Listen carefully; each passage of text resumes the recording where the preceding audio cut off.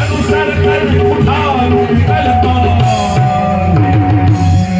शांत वेश करनी कठिन बरनी न जाई स्वरूप धरि मुनि तनु जनु वीर रसु आयु जहां सब भू शांत वेश है परंतु करनी बड़ी कठिन है।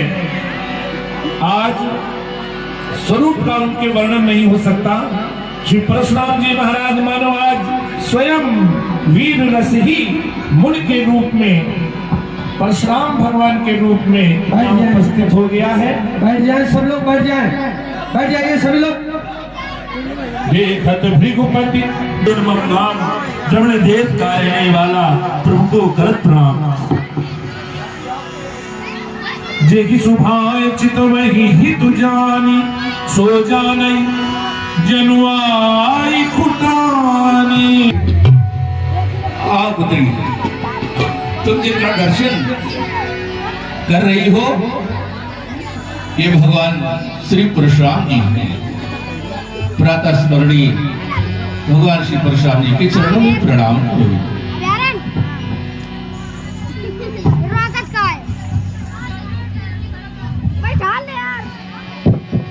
आज किस बालिका के माध्यम से आप प्राण प्रस्तुत करा रहे हैं शिरध्वज, ये सौंदर्य की साक्षात प्रतिमूर्ति लावण सिंधु से डुबो करके इस परहित का कार्य करने वाला ये धनुष अर्थात इसके द्वारा किया गया परहित का कर्म जब बना संसार में धर्म, तो आज इस धर्मशील की इस भरी सभा में मैं लक्ष्मण से पूछता हूं फिर दुर्गति क्यों?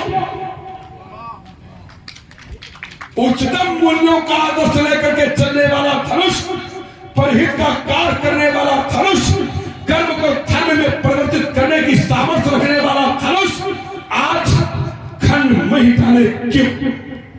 साथियों, बड़ी चोटें चल रही है, दोनों ओर से बड़े लोग प्रभावित हो रहे हैं विद्वानों की ओर से। न करते हुए तर्क के उत्तर सब करो, लेकिन संक्षेप में करो तो उसका रस ज्यादा बनेगा। आइए, पहली बात मैंने एक उत्तर रखा था, तर्क रखा था महाराज जी के सामने कि परशुराम जी का जो व्यवहार है, जो कर्म है, वो अधमाई भरा है, निम्न कोट का है, पर ये निम्न कोट के नहीं है। इनका जो व्यवहार है, कर्म है, वो निम्न कोट का है। चूंकि निम्न कोट का कर्म कौन सा होता है, तो आचार्यों ने कहा था पर पीड़ासम नहीं अधमाई, दूसरे को पीड़ा पहुंचाना ये अधमाई का काम है। तो उत्तर महाराज जी ने क्या दिया, बोले हम तो 1% गलत कर रहे हैं, पर लक्ष्मण तुम तो 99% गलत करे बैठो। यह दिया था उत्तर कि हम तो 1% गलत है, लेकिन तुम तो 99% गलत कर रहे हो। अब इस पर मेरा उत्तर है कि अगर हम गलत कर जाए तो सभा के लोग कह देते हैं अरे हटाओ लड़का आए, याद है ना थोड़ा। अगर हम कुछ गलत कर दें या गलत कह देते हैं तो सभा के महापुरुष आचार्य लोग कह देते हैं हटाओ लड़का है, लड़का तो लड़का गलत कर जाए वह चलेगा, लेकिन ये पूरी खा गलत करे। आओ चली, अब बजाओ ताली। अच्छा, ये नहीं बजती है, बीच में कम हिट्टा बना साथ हुआ बीच में कम हिट्टा। अच्छा अच्छा लगेगा, खूब मन अच्छा रखो। तुम्हारा मन बड़ी जल्दी खराब होता है, तो इस बात से बड़ी दुखी है समस्या, दुखी इस बात से तुम्हारा मन बड़ी जल्दी खराब हो जाता है। हो गया? हाँ, कुछ बकाया है नहीं, कुछ अच्छा मन से करो, मन अच्छा रखो, बार बार मैं कहूँगा। हो गया? ये बीच में बोलना आपका दर्शाता है कि कहीं न कहीं से हल्का आपने इतने तगड़े तगड़े प्रहार किए, मैंने प्रेम से सुना। दोनों मूर्तियों से मेरा अनुरोध, नहीं बोले बीच में, प्लीज इसकी गंभीरता बनाओ, इसकी गंभीरता जरूरी है। आप जो करो हम सुनिए, हम जो प्रहार करें आप सुनो। हमारे श्री कृपा शंकर जी अवस्थी मैथा निवासी, आपने 50 मुद्राएं भगवान परशुराम जी के लिए 50 मुद्राएं भगवान राम जी के लिए और 50 मुद्राएं लक्ष्मण जी के लिए भेंट की है। बहुत बहुत धन्यवाद। आइए थोड़ा चिंतन करिए। तो लक्ष्मण अगर कुछ गलत करता है, पहली बात गलत है नहीं जहां का उदाहरण आपने दिया, लेकिन हम आपके उत्तर से जोड़ करके उत्तर कर रहे हैं। लक्ष्मण ने वहां पर गलत नहीं किया, लक्ष्मण ने वहां पर अधमाई भरा काम नहीं किया, लेकिन परशुराम जी ने किया। हमने नहीं किया और हमने नहीं किया है, इसका परिणाम है कि जिस समय लक्ष्मण ने कहा था कि जो राउर अनुशासन पाऊं तो कंदुक युव ब्रह्मांड उठाऊं, और जिस समय मैंने ये कहा था कि करो छत्र दंड दिनी तो प्रताप बलनाम और जोर करो प्रोपर शब्द कर्ण धरो धनभार, तो शास्त्र को प्रमाण देना पड़ गया कि लक्ष्मण का काम अधमाई वाला नहीं है, लक्ष्मण का काम उच्च स्तर वाला है। और उसका परिणाम हुआ कि गुरु रघुपति सब मुनि मन माही अमुदित भय। मुदित माने प्रसन्न। तो जो लोग प्रसन्न हैं, ये निम्न कोट के कामन से प्रसन्न है कि उच्च कोट के? राम जी प्रसन्न है, तो राम जी किस कर्म से प्रसन्न होंगे? राम जी अगर प्रसन्न है तो राम जी निम्न कोटि वाले कामन से प्रसन्न होंगे का? गुरु जी प्रसन्न है तो गुरु जी निम्न कोटि के कामों से प्रसन्न होंगे का? सीता जी प्रसन्न है, सीता जी, तो सीता जी निम्न कोट के कामों से प्रसन्न है का?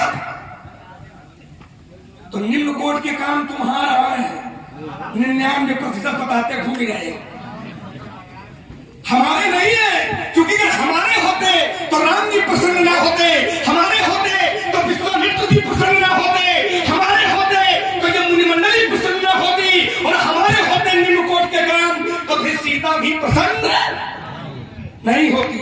क्योंकि जो लोग प्रसन्न है वो निम्नकोट के कामों से नहीं प्रसन्न है, और ना ही होते हैं ये लोग उच्च कोट के कामों से प्रसन्न होते हैं।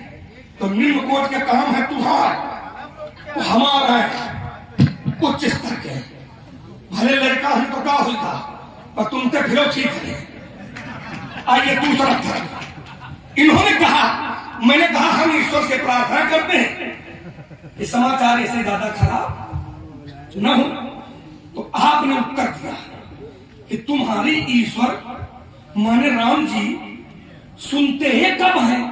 ध्यान देना, इन्होंने कहा कि राम जी तुम्हारी सुनते ही कब है, इसका मतलब राम जी हमारी कभी नहीं सुनते।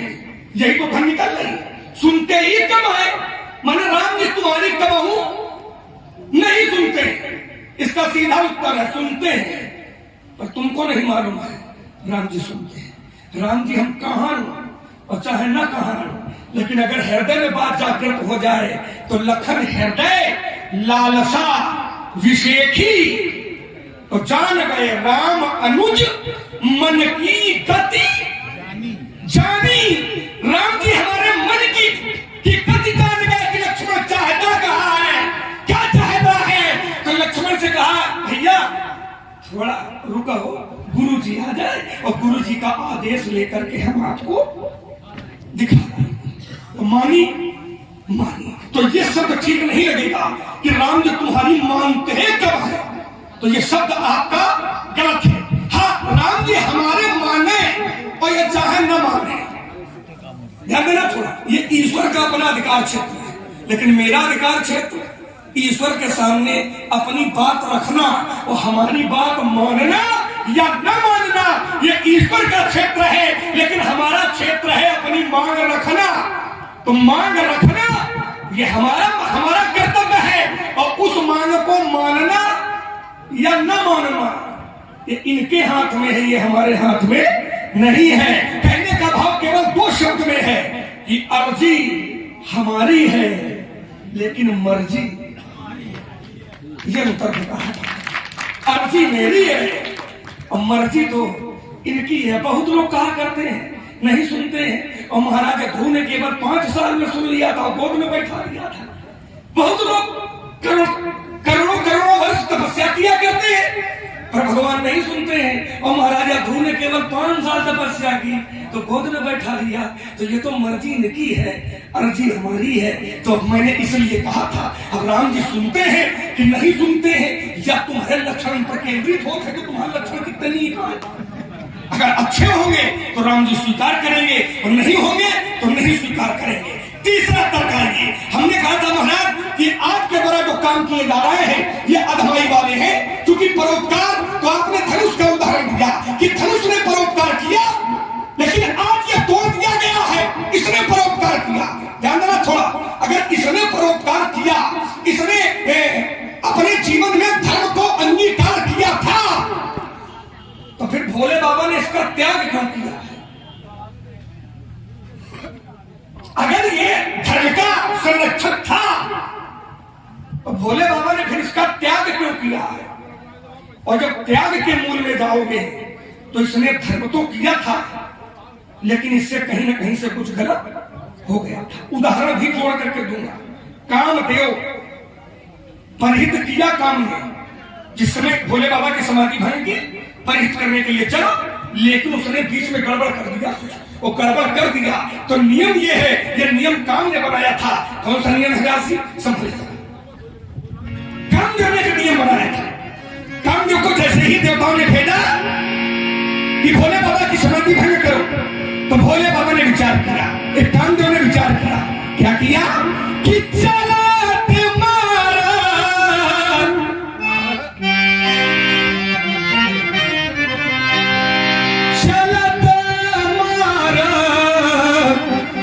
हृदय विचार मान माने काम जो चला, तो उसने विचार किया। क्या विचार किया कि चलत मारा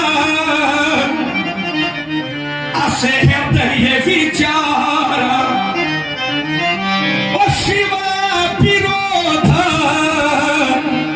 ध्रुव मरण हमारा। मैं भोले बाबा की समाधि भंग करने जा रहा हूं तो ये सुनिश्चित है कि मेरी मौत हो जाएगी, लेकिन फिर काम ने कहा कि कोई बात नहीं, अगर मैं मारा भी जाऊंगा तो परहित लागी तजिए जो देही। परहित में तो अपने प्राणों का उत्सर्ग कर देता है, प्राणों का त्याग कर देता है। तो ये संत प्रशंसीय देही, तो ये संत जन जो परहित में प्राणों का त्याग करता है, उसकी संत जन निरंतर प्रशंसा करते हैं। और काम जो चला, और काम जो मर गया, भोले बाबा ने तीसरा नेत्र खोला और काम जो जल करके भस्म हो गया। ईमानदारी से बताओ, क्या किसी ने कामदेव की प्रशंसा की? किसी ने की? कामदेव की प्रशंसा नहीं की गई, जबकि उसने किया परहित, देवताओं की रक्षा के लिए उसने अपने प्राणों का त्याग किया। लेकिन क्या कामदेव की प्रशंसा की किसी ने? नहीं की। किसकी की? भोले बाबा की। काम पृथक पृथक तिन की न प्रशंसा, तब है कि भयऊ प्रसन्न छंद अवतंसा। और ये कहा कि कामचारी रति कहूं बरदीना और कृपा सिंधु यह अति भल। भोले बाबा ने कामदेव को डराया, जबकि कामदेव ने परहित किया है, कामदेव ने परहित किया है, लेकिन कामदेव की किसी ने प्रशंसा नहीं की। काहे नहीं की? क्योंकि उसने बीच में कुछ गड़बड़ कर दिया था। इन्होंने भी यही गड़बड़ी की है। इस धनुष ने भी जो काम ने गड़बड़ी की है, वही इन्होंने गड़बड़ी की है। काम ने क्या गड़बड़ी की? तो शास्त्र कहता है, पारे को पेऊ जबही बारी शरव के तू प्रनंगमा का छन महमिते सकल सुति से तू। सुति माने वेद, जो वेदों के पूर्व में हुए थे, उनका काम ने विनाश कर दिया। और जो काम वेदों के विनाश में हो जाए, वेदों का विनाश कर दे, फिर वो परहित के रूप में स्वीकारा नहीं जाता है। और यही काम इस धनुष ने किया है। इसने भरी सभा में विभुम व्यापकम ब्रह्म वेद स्वरूपम का अपमान किया है। पूरी सभा में भोले बाबा के हाथ से नहीं चला था तो न ये परोपकारी न वही परोपकारी। तो ये टूटे तो कोई आंसू बहाने को नहीं तैयार है। वैसे जब कामदेव मरा था तो कामदेव के मरने पर भी कोई दो आंसू बहाने के लिए तैयार नहीं हुआ है। इसलिए विचार करें, आपने मन से जुड़ा हुआ एक बिंदु फिर रखा। रे न बालक कारवश बोल कोई संभाल ये धन ही सम त्रिपुरारी धन विनिश्चित का संसार। तो विद्योता मैं केवल इतना ही कहना चाहता हूँ, हमारे जाना और सुनो देव सब धनुष। आपने अपने वक्तव्य के श्रृंखला की द्वितीय कड़ी जहां पर समापन किया है, हमारे वक्तव्य के श्रृंखला की द्वितीय कड़ी का वहीं से उद्घाटन होता है। एक बात लक्ष्मण ने कही कि कामदेव जब चल करके भस्म हुआ तो किसी ने तो आंसू नहीं बहाए, किसी ने तो आंसू नहीं बहाए। ये ग्रंथ कहता है कि कामदेव जब चल करके राख हुआ तो काम की पत्नी रति रुदन करती हुई भगवान शंकर के सामने आकर के शरणागत हो गई। हाँ, रुदन बहुभात। और तुमने कहा कि तो आंसू किसी ने नहीं बहाए, तो पहले वक्तव्य में थोड़ी कसौटी लाओ। वक्तव्य में परिशोधन करना बहुत आवश्यक है। अब आइए मूल बिंदु पर। कामदेव जब चला था तो उसने भगवान शंकर की समाधि भंग की, छाए विषम विशिख और लागे भगवान शंकर के छाती पर विषम शब्द दो है, सम और विषम। सम किसे कहते? 2 4 6 8 सम, 1 3 5 7 ये विषम। तो पंचबाण एक साथ भगवान शंकर की छाती पर काम ने प्रहार किया। काम ने बाण मारा भगवान शंकर की छाती पर, और इस अजगव ने बाण मारा त्रिपुरासुर की छाती पर। तो एक असुर मारता है, एक देवों के देव महादेव को मारता है। और तुम कहते हो कि उनका काम निम्न था और इनका काम निम्न है। यह तुलना करेंगे आप, ऐसी तुलना करेंगे आप। चलिए, भगवान शंकर ने जिस समय समाधि खोली तो सौरभ, पल्लव, मदन, बिलोका। सौरभ माने आम, पल्लव माने पत्ता, मदन माने काम, बिलोका माने देखा। सौरभ, पल्लव, मदन, बिलोका। तो भय क्रोध कंपित त्रैलोका। तब शिव तीसर नैन उखाड़ा और चितवत काम भयो चरी छाड़ा। काम को चला करके राख कर दिया, इसलिए कि काम ने भगवान शंकर की समाधि भंग की थी। मित्रों, एक बात और बता दें कि काम भगवान शंकर का सदा से शत्रु ही रहा है।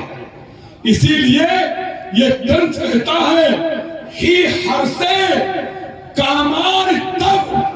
कामान माने भगवान शंकर, काम धन अर्थ, अर्थात काम के शत्रु। ये भगवान शंकर के लिए कहा गया। और ये है अजगव। कहीं अजगव अर लिखा हो तो बताओ। सत्य की लड़ाई है, तर्क की लड़ाई है। कहीं भगवान शंकर को अजगरों का शत्रु कहा गया हो तो बताओ, हम सुनने को तैयार खड़े। एक लाइट ढूंढ करके क्या कि भगवान शंकर ने इसका त्याग कर दिया, इसका त्याग कर दिया। दो होते हैं, एक शरीर और एक नाम। सरकार की लीला, सत्संग के प्रेमी, विद्वत मंडली, ये क्या चार उपस्थित है। एक होता है शरीर और एक होता है शरीर का नाम। जब मानस में इसका तुलनात्मक अध्ययन किया गया कि नाम बड़ा है कि शरीर बड़ा है, तब इस ग्रंथ ने एक उत्तर दिया कि कहूं कहां लग नाम पढ़ाई और राम न सकई नाम कुल कारी। नाम शरीर से ज्यादा महत्वशील होता है।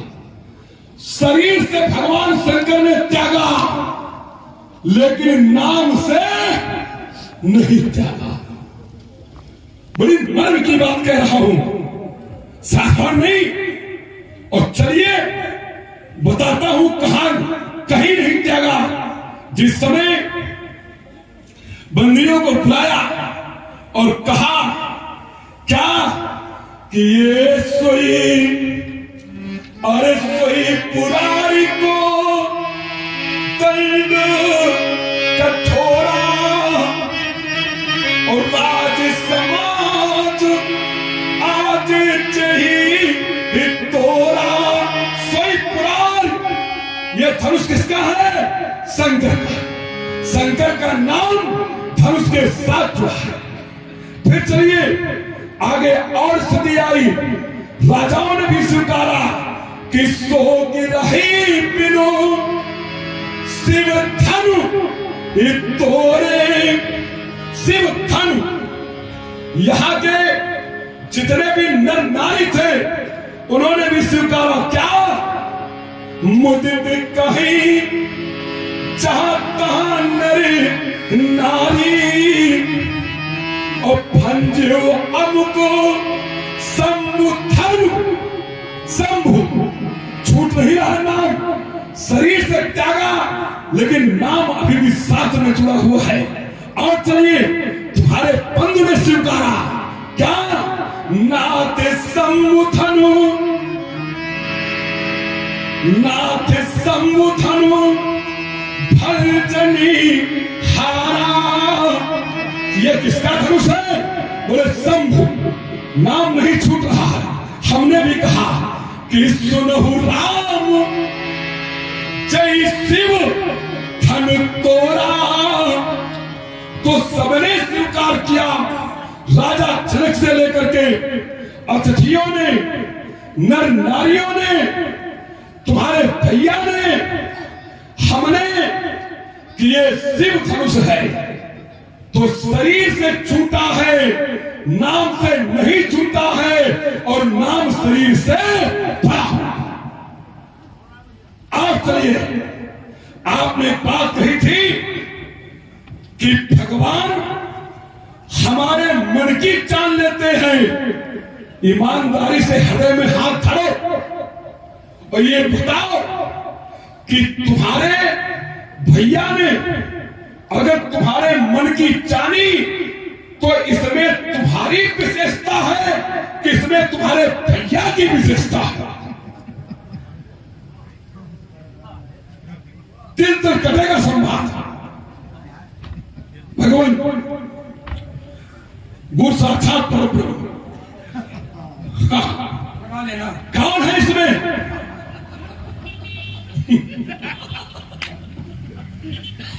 आनंद। ठीक, हाँ मन में खा को, तुम्हारा मन बहुत अच्छी है। हाँ मन में खा को, हाँ आनंद लो। राम के अंदर यह गुणवत्ता है कि तुम्हारी तो तुम्हारी रही, वो सबके मन की जानते हैं, सो तुम जानहु अंतर्यामी। सबकी जानते, जब तक प्रभु जानत सब पाता, वो सब जानते। तो ये आपकी विशेषता नहीं है, ये राम की विशेषता है कि वो सबकी जानते हैं। तुम्हारी विशेषता क्या है? तुमने कहा कि भैया आदेश तो कंदुक यू ब्रह्मांड उठाऊं, भैया शांत बने रहे। लक्ष्मण ने सोचा कि एक प्रार्थना पर विचार नहीं हो रहा है, भैया उठाने के लिए आदेश नहीं कर रहे हैं, चलो एक दूसरी प्रार्थना लगाते हैं। और लक्ष्मण ने लगाई क्या कि कमल नाल जिब चाप चढ़ावो तो सद चोजन प्रमाण न थावो। भैया आदेश दे दो, मैं इस धनुष को कमल के तंड के समान उठा लूंगा और 7 योजन, 1 योजन 4 कोस का होता है, 400 कोस मैं दौड़ करके चला जाऊंगा। भैया ने सुना? नहीं सुना। आइए जम करके आप लगाइए, व्यायाम कीजिए, हमारा भी भौतिक व्यायाम का खेल है, कोई रटा रटाया थोड़ी हमारा। फिर चलिए। भैया ने फिर नहीं सुनी, दूसरी बार फिर तुमने तीसरा ताव लगाया और तीसरी बार प्रार्थना की कि तोरो छत्र दंड चिम तो प्रताप प्रहलाद और जो न करो प्रभु पद शपथ। तुमने सौगंध खा करके कहा कि भैया तुम्हारे चरणों की सौगंध है, मैं धनुष को छत्र दंड की भांत उठा करके तोड़ दूंगा। भैया न हाँ कहा और भैया न ना कहा। भैया शांत बने रहे।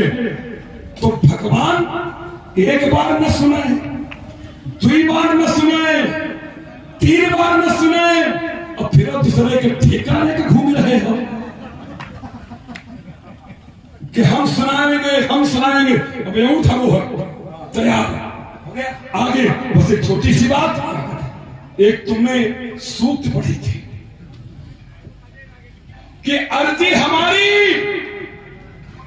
और मर्जी हमें नहीं पता ये कहां लिखा है,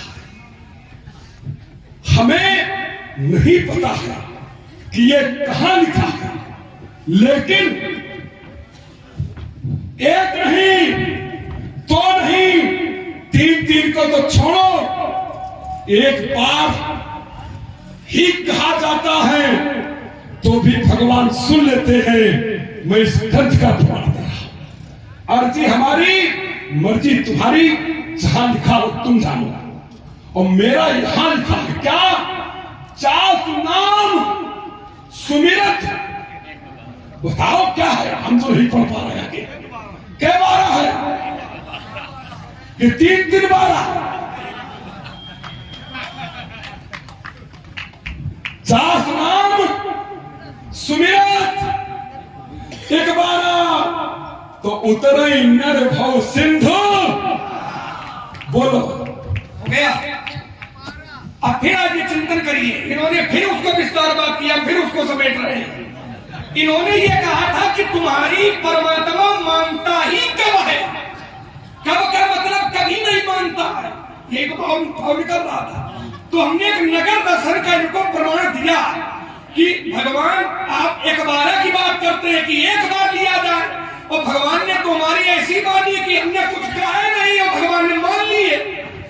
हमने कुछ कहा ही नहीं और भगवान ने मान ली है। तो पंडित जी ने दांव क्या चढ़ा? बोलिए तुम्हारी विशेषता है क्या? ये तो राम जी की विशेषता है कि राम जी अंतर्यामी है। अब ध्यान देना थोड़ा, राम जी अंतर्यामी है, ये राम जी की विशेषता है, इसमें कोई प्रश्न चिन्ह नहीं है। लेकिन राम जी ने मेरे हृदय की बात जानी, क्योंकि राम जी अंतर्यामी है, तो मेरे हृदय में जो बात जन्मी थी, राम जी ने उसको माना कि नहीं माना? तर्क यहां फंसा है तुमने की। माना कि नहीं माना, राम जी अंतर्यामी है, इस पर कोई प्रश्न चिन्ह नहीं है। वही अंतर्यामी जिस समय लक्ष्मण के अंतर स्थल पर देखा, क्या देखा कि लक्ष्मण हृदय लालसा विषेखी। तो राम जी ने नगर दर्शन कराया है कि नहीं कराया? जोर के वाला थोड़ा दबाव न माने उनका, कराया कराया। तर्क को समझाओ, क्योंकि शब्द प्रयोग हुआ था। हमारी आपकी लड़ाई शब्द की लड़ाई है, कोई जमीनी झगड़ा नहीं है। देखिए आज जो संवाद चल रहा है, बहुत वर्षों के बाद, क्या बात है, क्या बात। जो इस समय मंच पर सुशोभित है, सभी आचार्य, समस्त आचार्य मंडल की ओर से 500 मुद्राएं, समस्त आचार्य मंडल की ओर से। देखिए, जब विद्वान प्रमाणित करते हैं तो बिल्कुल स्पष्ट हो जाता है कि ये सब कुछ अच्छा ही है।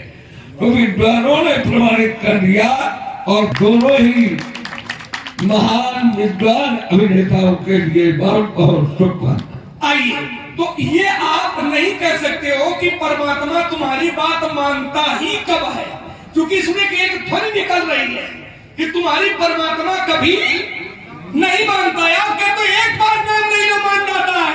हम कहते मैं इतना सौभाग्यशाली हूँ कि हमको कहना भी नहीं पड़ता है, राम जी हमारी बात सुन लेते हैं। अब ऐसे ज्यादा हमका क्या चाहिए, हमको कहना भी नहीं है। भगवान सब पूर्ति आगे से आगे रामा जी कर रहे हैं। अब तुम्हारे मारे कई दिन अपने लिए नहीं, हमको कुछ आवश्यकता है। आपके लिए कहा था कि भगवान में से ज्यादा समय समाचार खराब न होए, तो सच्चाई है हमारी बात भगवान ने सुनी। तो जितने समाचार खराब रहे उतने खराब है, उससे ज्यादा नहीं हुई पा रहे। जितने समाचार खराब हुए थे, अब उससे ज्यादा समाचार खराब नहीं हुई पा रहे। हाँ हाँ, अब अच्छे होंगे। आइए दूसरा तर्क, मैंने आपने धनुष का प्रमाण दिया था, ये धनुष बड़ा परोपकारी है, परोपकारी। तो मैंने दूसरे परोपकारी से बराबरी कर करके धनुष को तर्क रखा था कि धनुष ने भी परोपकार किया और कामदेव ने भी परोपकार किया। ध्यान देना, उनका कबाब राजन के लड़का इनका बादाम काजू अपने यहाँ खाते रहते हैं। इनका देव प्यार में कुइया खा के शरीर बनाए घूमे। राजन के लड़का को मैं लगा लगा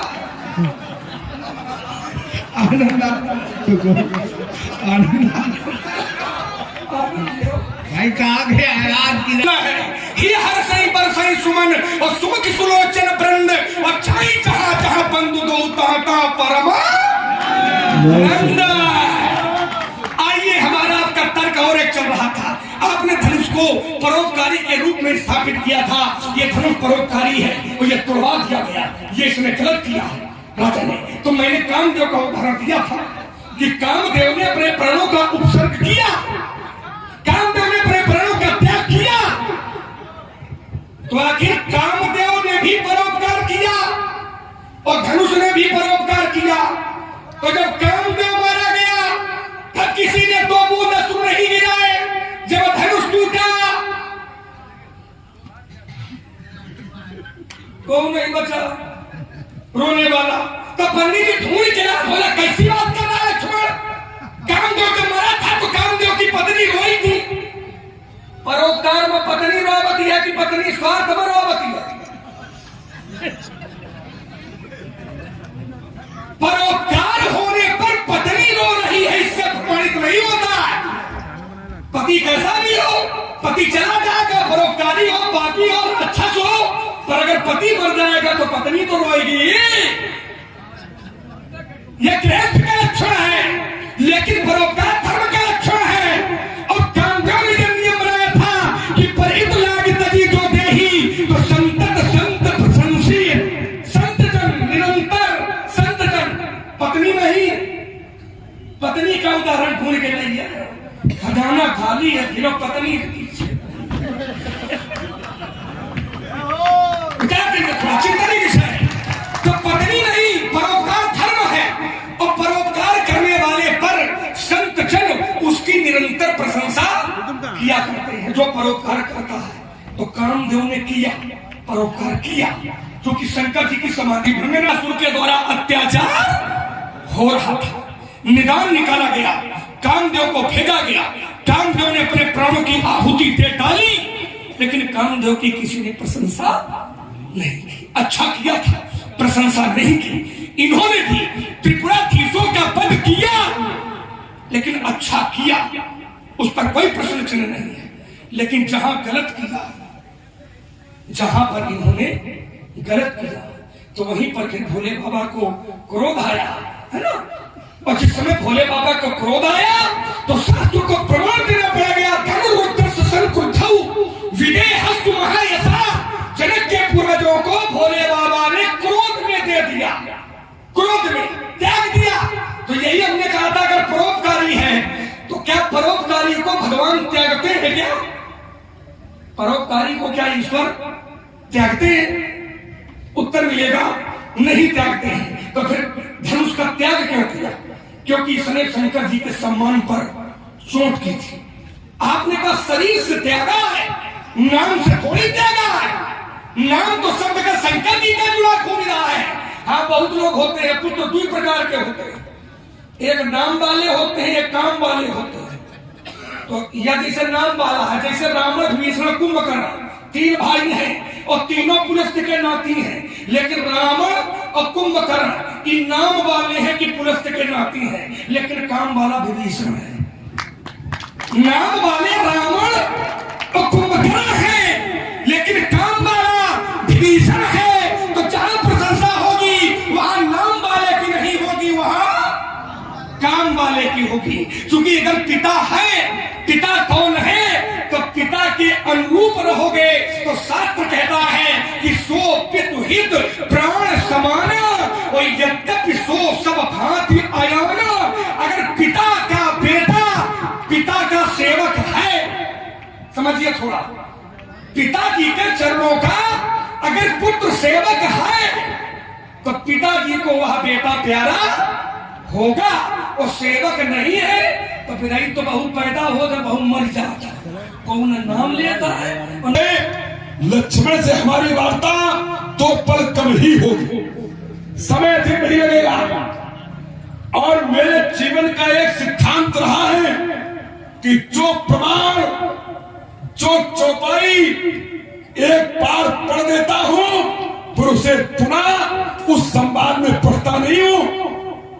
आपने तीसरी बार पढ़ा है, राम अनुज मन की गति।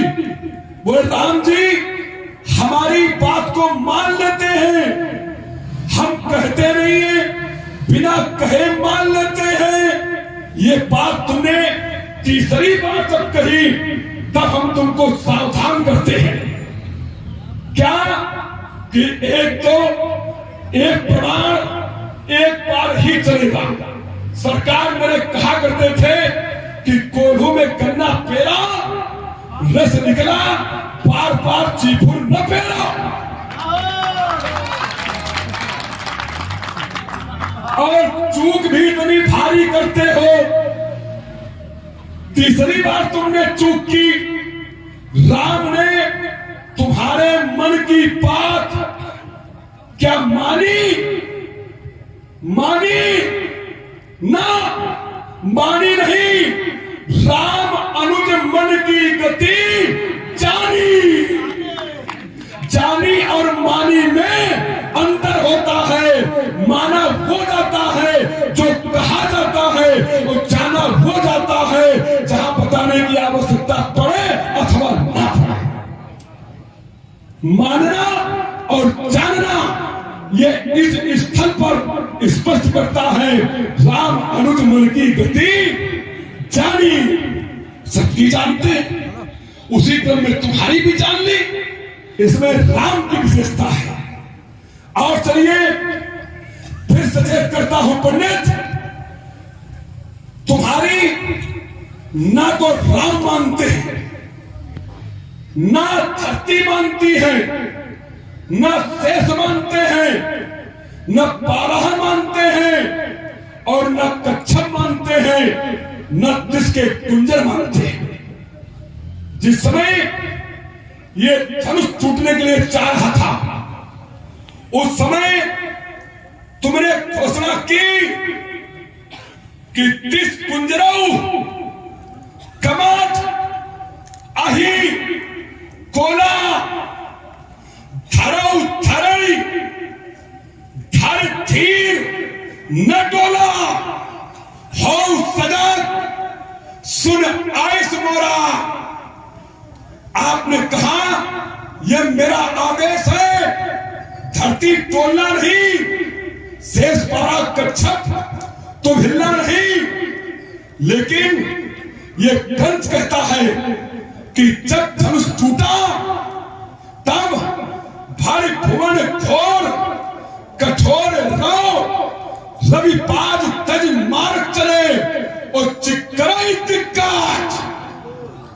तुमने कहा था हाथी हिलना नहीं, टोलना नहीं, चिकराई दिक्कत। डोल मई धरती टोल गई, तुमने कहा था न डोला। तुम्हारी बात धरती नहीं मानती, शेष नहीं मानते, पारा नहीं मानते, कच्छप नहीं मानते, दुष्कुंजर नहीं मानते, तुम्हारी बात कोई नहीं मानता, केवल बकवास करते हो बस। इनसे कहते हो ताली बजा। ये कोई ताली बजाने वाले हैं क्या? तुमको इसने ताली बजाने वाला समझ रखा है। सावधान रहना। हाँ। आनंद लो। आओ चलिए, एक बात बड़ी, जब फंसा तो प्रमाण तो था नहीं, तो सोचा कुछ नाटक कर दे। हमने कहा काम के दहन होने के पश्चात तुम्हारा कथन था, किसी ने तो आंसू नहीं पाए।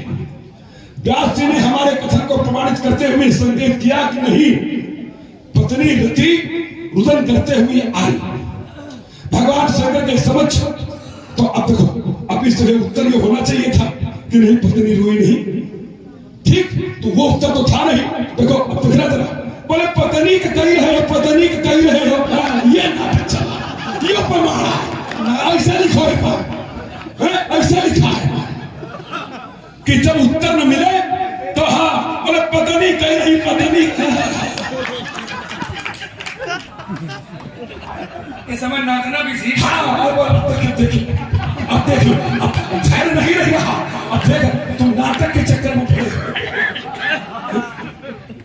ऐसा लिखा, उत्तर नहीं आया तो ये उत्तर आ रहा है। अब पंडित उत्तर हमसे पत्नी, बोले पत्नी काया है, बोले पत्नी है स्वार्थी। पता नहीं कहां लिखो है, हमें तो पता नहीं।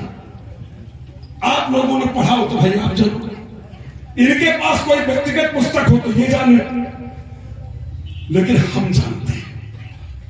अग्नि पुराण में लिखा है, क्या लिखा है? नास्ति भार्यासम तीर्थम, पत्नी के समान कोई तीर्थ नहीं। तो पत्नी स्वार्थी तो तीर्थ स्वार्थी। नास्ति भार्यासम तीर्थम,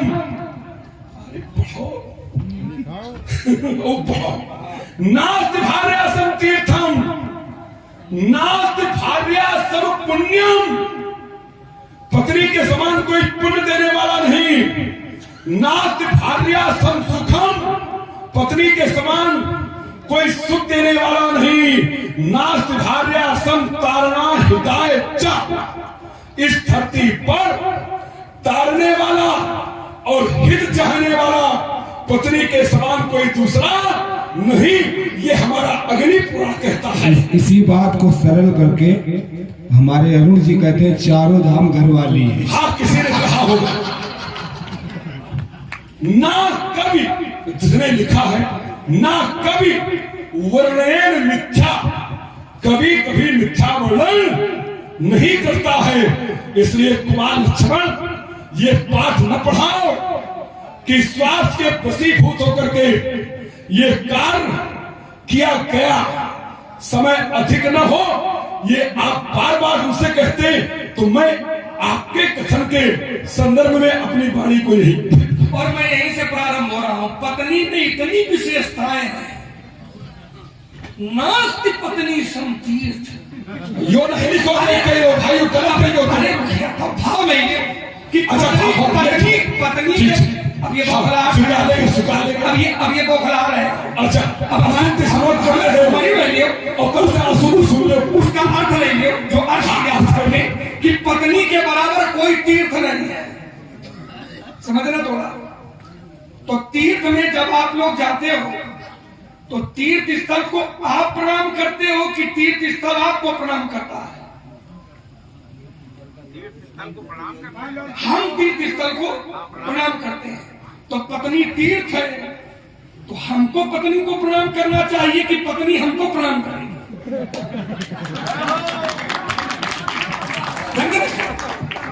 अच्छा, और जब इतनी पत्नी में विशेषताएं हैं, हाँ, तो तुम ई सुखते फिर तुम वंचित का है।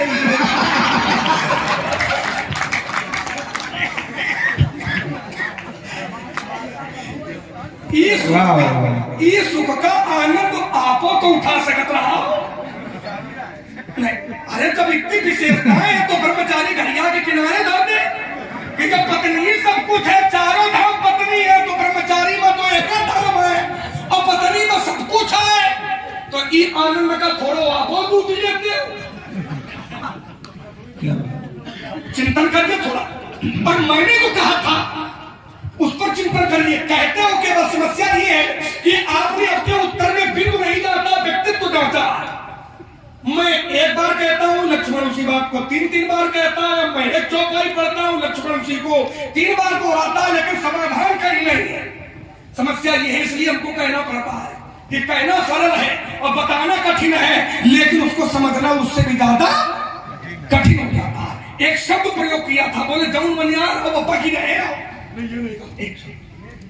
ये बकना शब्द हमने प्रयोग नहीं किया। क्या किया ना किए नहीं, क्या कहा हमने जो कहा सबने सुना है, और फिर तो सुना में क्या ये हमने नहीं कहा, और बहुत सारे सावधान होकर सुना।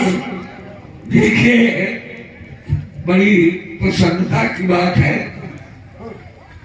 विद्वता पत्नी का स्थान होता है, वो तीर्थ स्थान का अर्थ भगवत प्रेम से जुड़ना है, और जबकि जो पत्नी का स्थान है वह पत्नी एक परमात्मा और जीवात्मा के बीच पछतात सी महतारी विधि अब सवरी बात बिगाड़ी। जो बात बिगड़ गई थी पूर्व में फिर संवर गई, माने धनुष नहीं टूट रहा था और टूट गया तो संवर गई थी बात। लेकिन अब भगवान का ऐसा विरोध धनुष टूटने के प्रति, तो सबरी बात बिगाड़ी, पूरी बात अब बिगड़ने लगी है। बड़ी डरी हुई है माता जानकी जी की माता श्री सुनैना जी। पूरा मिथिला का समाज डरा हुआ, सारी व्यवस्था बिगड़ जाएगी अगर जो भगवान जी शांत ना हुए। जब ऐसी स्थिति मिथिला समाज की और जान की भीड़ अपने स्थान से खड़े हो गए, श्री राम जी समझ गए कि कुछ न कुछ अब हमें ही करना होगा। अपने हाथों को जोड़ा भगवान परशुराम जी के समक्ष, हृदय नहरस पिसाद कछु बोले श्री रघुवीर। हाथ जोड़कर भगवान परशुराम जी के समक्ष कुछ कहने लगे श्री राम जी। क्या कहते हैं, आइए श्रवण करते हैं। हे परम पूज्य महात्मा, जिस किसी ने भी भगवान शिव के इस पुनीत आयुध को 2 खंडों में परिवर्तित किया है, हे नाथ, वह आपका कोई एक दास ही होगा। नाथो शंभु धनु भंजनिहार, हे भगुनाथ होई ही क्यों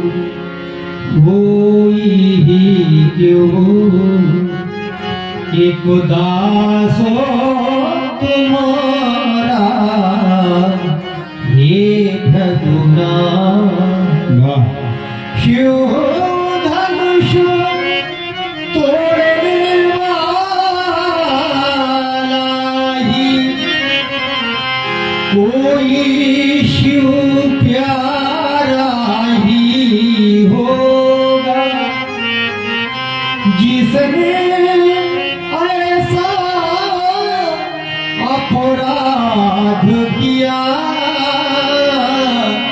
वह दासो आपका ही होगा।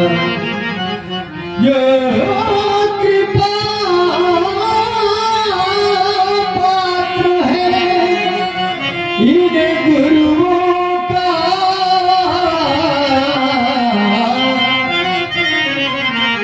वह चुप कैसे रह सकता है जिन पर है कृपा इन ब्राह्मणों की। यह कार्य वही करो सकता है आयसु का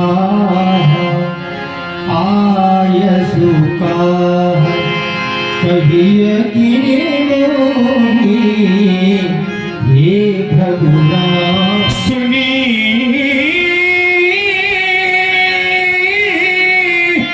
विसाई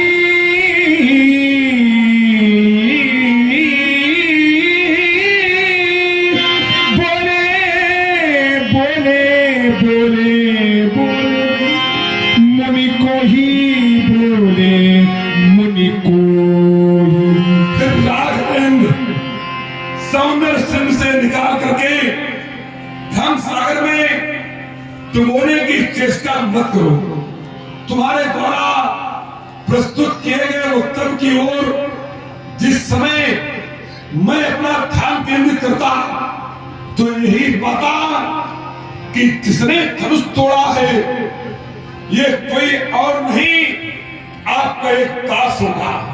राघव जिसने धनुष तोड़ा है उसने धनुष ही नहीं तोड़ा, एक ऋषि एक संत एक महात्मा की अस्थियों का खंडन किया है। एक ऋषि की अस्थियों का खंडन करता इस परशुराम ऋषि मुनि का दास कैसे बन सकता है? तुम्हारे राज्य अयोध्या में क्या दास बनाने का यही नियम जो पहले किसी महात्मा की हड्डियां तोड़ दे वो दूसरे मुनि का दास बन जाए? विगत कई वर्षों से हमें अयोध्या जाने का अवसर नहीं मिला। इस मध्य आपके पिताश्री ने संविधान में कोई मौलिक परिवर्तन किया हो, किसी अनुच्छेद में कोई संशोधन किया हो तो बदलाने का उपक्रम करें, अन्यथा राघव धनुष तोड़ने वाला स्वेच्छा से हटे में सेवा का भावता तो हमारा निर्देश सेवा कैसो जो करे सेवकारी हरि करनी कर करी ये नारी। ये धनुष तोड़ने वाला हमारा सेवक है राम तो करे आज इस चरण की सरकारी नहीं तो राघव है खुला निमंत्रण फिर करे आज लड़ाई सुनो सुनहु राम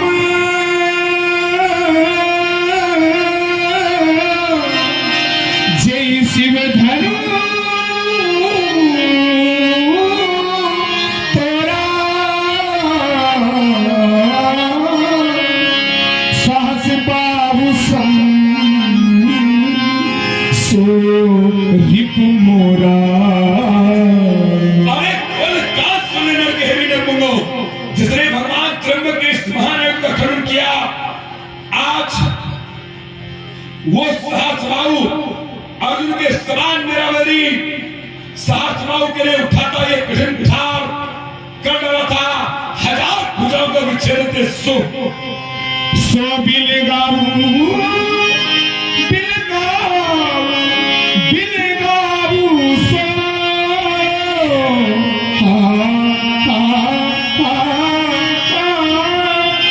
सो बिलगाऊ बिहारी समाजा न तुम्हारे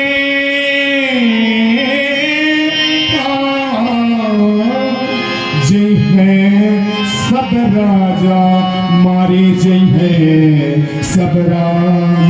अरे सो बिलक कौन सो जो तेरे पक्ष से हुई है पुराण मेरे पक्ष से सो तो सो बिलक आओ सीधा अर्थ है सो बिलक बिलक आओ संभव नहीं तो बिहार समाजा ये समाज उसका त्याग कर दे न नहीं तो मारे चाहिए सब ये जितने भी राजा हैं ये सभी के सभी आज मेरे द्वारा दंड किए जाएंगे ऐसी मेरी स्पष्ट घोषणा ये खोल ले कान और सुन ले नर गहरी नर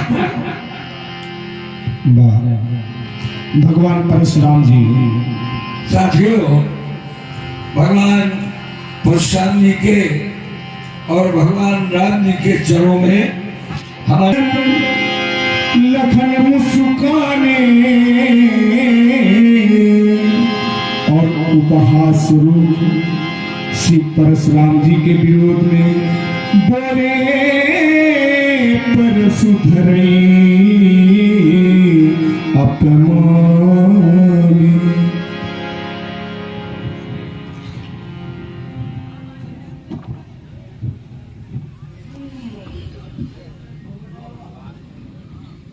सुना आप सभी लोगों ने धनुष तोड़ने वाले के विरोध में श्री परशुराम जी ने एक घोषणा कर दी। जय शिव धन तोरा सहस बाघ सम सोरी मोरा सो बिलगाऊ बिहाई समाजा और न तुम्हारे जय हैं सब राजा। धनुष तोड़ने वाला सो बिलगाऊ अलग कर दिया जाए और धनुष तोड़ने वाला यदि समाज से अलग न किया गया तो महात्मा जी के द्वारा व्यवहार क्या किया जाएगा। तो कह रहे हैं कि सब राजा मारे जाएंगे। धनुष तोड़ने वाला यदि समाज से अलग न किया गया तो समस्या फिर एक दो राजाओं पर नहीं है, समस्या फिर सभी राजाओं पर है। परशुराम जी कह रहे यदि धनुष तोड़ने वाला अलग न किया गया तो फिर सभी राजा दंडित किए जाएंगे। बढ़िया दंड विधान है, अच्छी न्याय संहिता है कि यदि धनुष तोड़ने वाला अलग ना हुआ तो फिर सभी राजा दंडित किए जाएंगे। एक ऐसी ही घोषणा परशुराम जी ने और की थी। कब?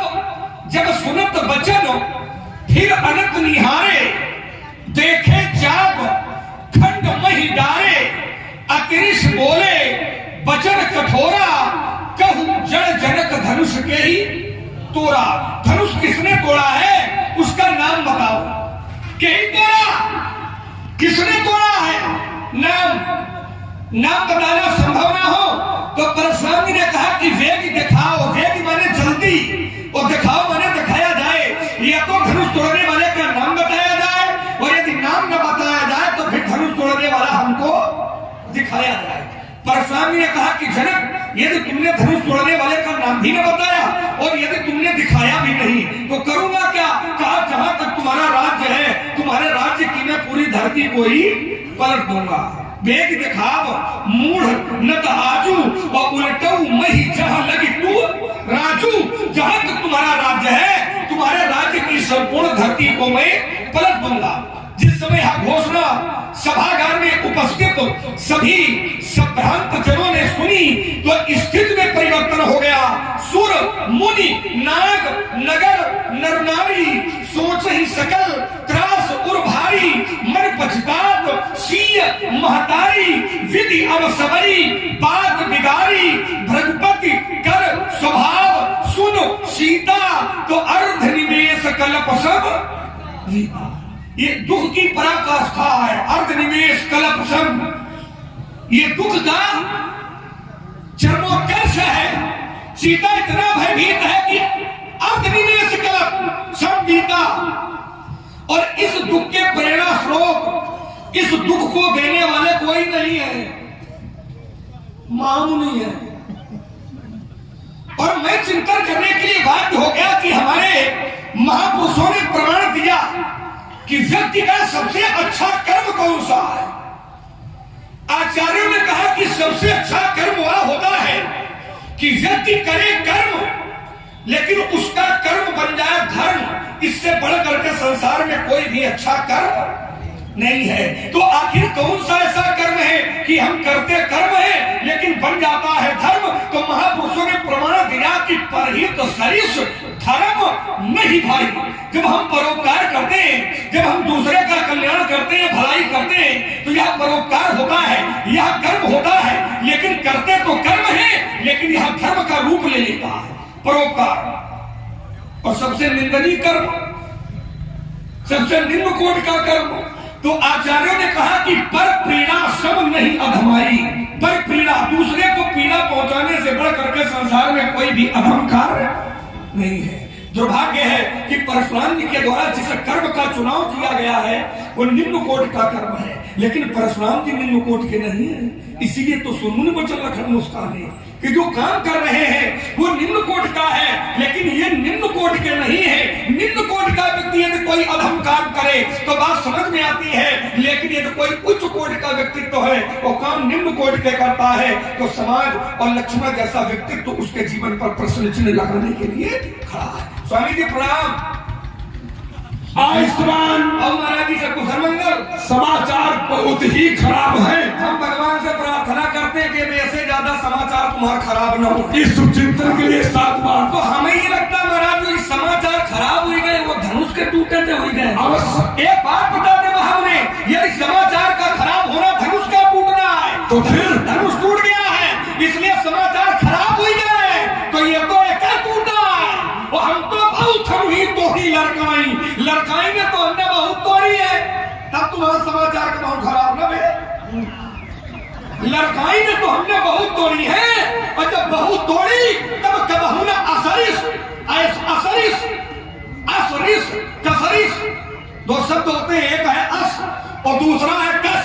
अस माने होता है ऐसा और कस माने कैसा। मेरा प्रश्न है यदि धनुष के टूटने पर क्रोध है तो बाल्यावस्था में हमने बहुत तोड़ी है, और जब हमने बहुत तोड़ी तब कबहू ना असरिस ऐसा रिस नहीं किया। तो क्या धनुष के प्रति ममता और यदि ममता है, यदि ममत्व है तो कई हेतु, इसका क्या हेतु है, इसका क्या कारण है, व्यक्त करें पूज्यपाद प्रत्यक्ष।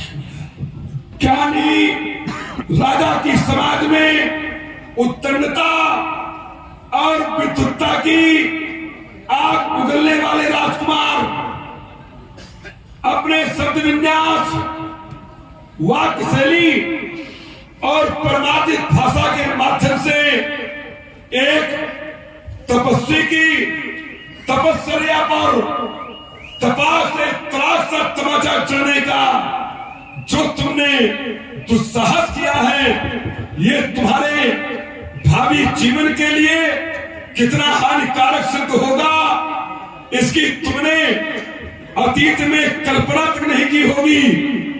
कुमार लक्ष्मण जहां से तुमने आरंभ किया था वहीं से हम प्रारंभ करते हैं।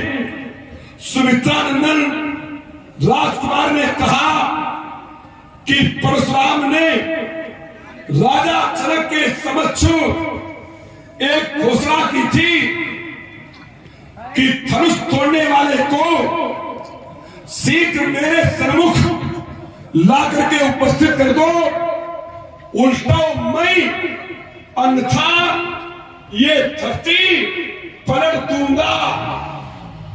सीता को अत्यधिक सोच है, अर्ध निमेश कलप संबीता, पराकाष्ठा दुख की चरम सीमा पर पहुंचाने का श्रेय अगर किसी को है तो बोले परशुराम को है। संसार में उपदेश देना बहुत आसान है, किंतु स्वयं का क्रियान्वयन करना यह बड़ा ही कठिन हो जाता है। जिस समय धनुष नहीं टूटा था, सीरथ जनक अपनी मनोव्यथा को लेकर के क्रोधित अवस्था में समाज के सम्मुख प्रस्तुत हुए, तो उनका कथन आपको अच्छा नहीं लगा और तत्काल तुमने अपनी वाणी के माध्यम से एक निर्णय किया। मां के लखन कुटिल भई फौहें, रद पद फरकत नयन विसौहें। और निर्णय क्या था कि कंदुक युव ब्रह्मांड उठाऊं, मैं केन के समान इस ब्रह्मांड को उठा लूंगा। एक ब्रह्मांड में मित्रों 14 भुवन होते, भू धरती होती, भू भा स्वा महा जना तपा और सत्य, ये 7 ऊपर और 7 नीचे, तल अतल वितल सुतल तलातल रसातल और पाताल।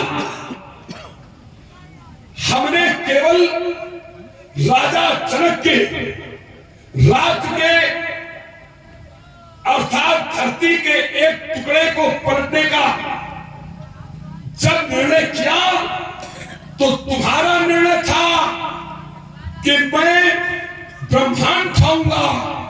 ब्रह्मांड उठेगा तो 14 भुवन उठेंगे, 14 भुवन उठेंगे तो ये धरती उठेगी, मिथिला उठेगी, अयोध्या उठेगी, तुम्हारा ननिहाल मगध राष्ट्र उठेगा, के प्रांत उठेगा, संपूर्ण धरती उठेगी। और तुम करोगे क्या? तो कहा कि काचे खट जिम टारो फोड़ी, कच्चे खड़े के समान इसे उठा करके मैं फोड़ दूंगा। तो हमारा कथन 1% तक था और तुम्हारा 99% है। ताली बजाने का मन करना है, कर सकता है।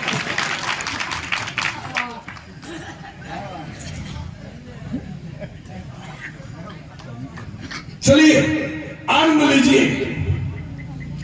लक्ष्मण ने कहा बड़े अच्छे भावों से कि भगवान से हमारी प्रार्थना है,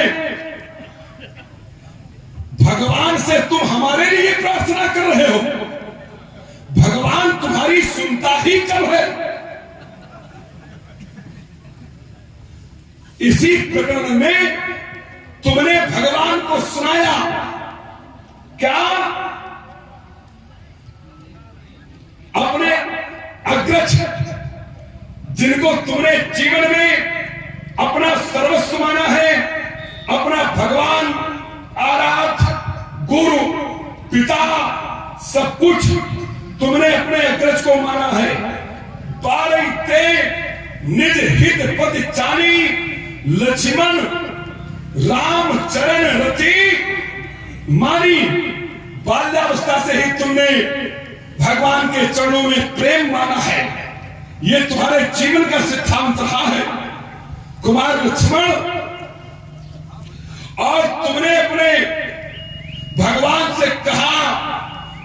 जो राउर अनुशासन पाऊं, कंदुक युग ब्रह्मांड खाऊं, आप आदेश कीजिए। ये अपने भगवान से तुम कह रहे हो, लेकिन भगवान ने तुमको आदेश नहीं दिया, तो भगवान तुम्हारी स्वयं की नहीं सुनता है और ठेकेदारी तुम परशुराम के लिए घूम रहे हो।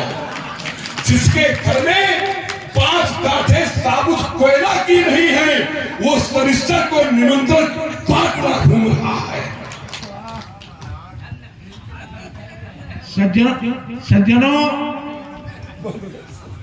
जा रही है और बीच में हम ये कहें कि जा शांत हो जाओ, तो फिर कला नहीं है।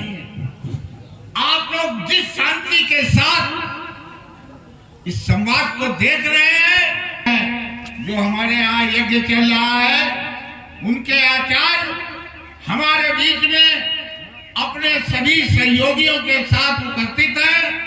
इस मंच के माध्यम से मैं उनका हृदय से स्वागत करता हूं, अभिनंदन करता हूं, और आप सभी लोग तालियां बजा करके उन आचार्यों का सम्मान करें। साथियों, हमारे बनसठी से पधारे हुए संदीप जी सोनकर, आपने 50 मुद्राएं भगवान परशुराम जी और भगवान लक्ष्मण जी के लिए भेंट की है। तीसरा बिंदु, मैं परंपरागत से अपने को पृथक करके उत्तर करने की चेष्टा कर रहा हूं, और बहुत ही संक्षेप में, क्या प्राणी उच्चतम मूल्यों का आदर्श लेकर के समाज में चलता है और कार बड़े ही निम्न अर्थात घृणित करता है, तो ऐसा कर्म कभी धर्म नहीं बन सकता।